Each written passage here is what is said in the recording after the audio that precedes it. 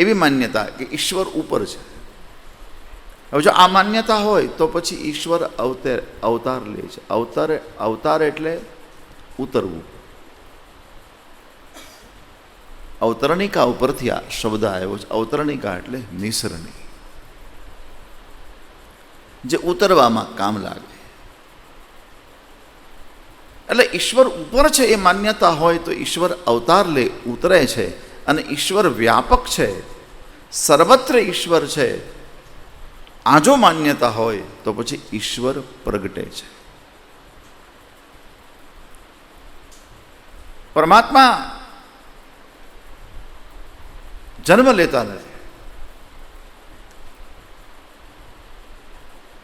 જેનું સ્મરણ કરવાથી, જેનું ભજન કરવાથી જન્મ અને મૃત્યુમાંથી જીવ છૂટી જાય તો પછી એને સ્વયંને જન્મ લેવાની કોઈ જરૂરિયાત ખરી? એટલે એનો જન્મ નથી. અને બીજું કે પરમાત્માનું જે શરીર છે ને, એનું આમ તો શરીર શબ્દ વપરાતો જ નથી ભગવાન માટે. શરીર એને કહેવાય જે પાંચ ભૂતનું હોય. પૃથ્વી, જળ, આકાશ, વાયુ અને તેજ, આ પંચભૂતથી બનેલું હોય એને શરીર કહેવાય. પરમાત્માનું જે શરીર છે એ પંચભૌતિક નથી. એટલે આપણા શરીરને જે નિયમ લાગુ પડે છે આપણા શરીરને, એમાંનો એક પણ નિયમ પ્રભુના શરીરને લાગુ પડતો નથી. આપણે બધું આવશે, બધું આવશે. અથવા માનવ શરીરની જે બધું એ શરીરની મર્યાદાઓ બધું આપણામાં આવશે. આપણામાં વિકારે આવશે, આપણામાં કામે આવશે, આપણામાં ક્રોધે આવશે, આપણામાં લોભ આવશે, માયા, બધું આવશે. કારણ કે આપણે પંચભૌતિક છીએ.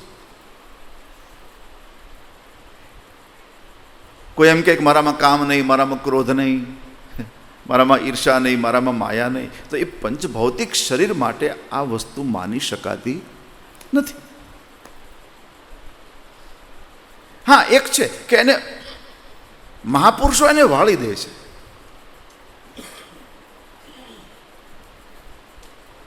કામને, ક્રોધને, લોભને, મોહને માર્ગ પકડાવી દે. હવે જો કામ વળી જાય તો કામ થઈ જાય. કામ એટલે પોતાના શરીરથી ભોગવવાની ઈચ્છા, એનું નામ કામ. શરીરથી જે કાંઈ આપણને ભોગવવા, હવે સાંભળવું એ પણ કામ છે, જોવું એ પણ કામ છે, હા, કોઈ ઈચ્છા કરવી એ પણ કામ છે,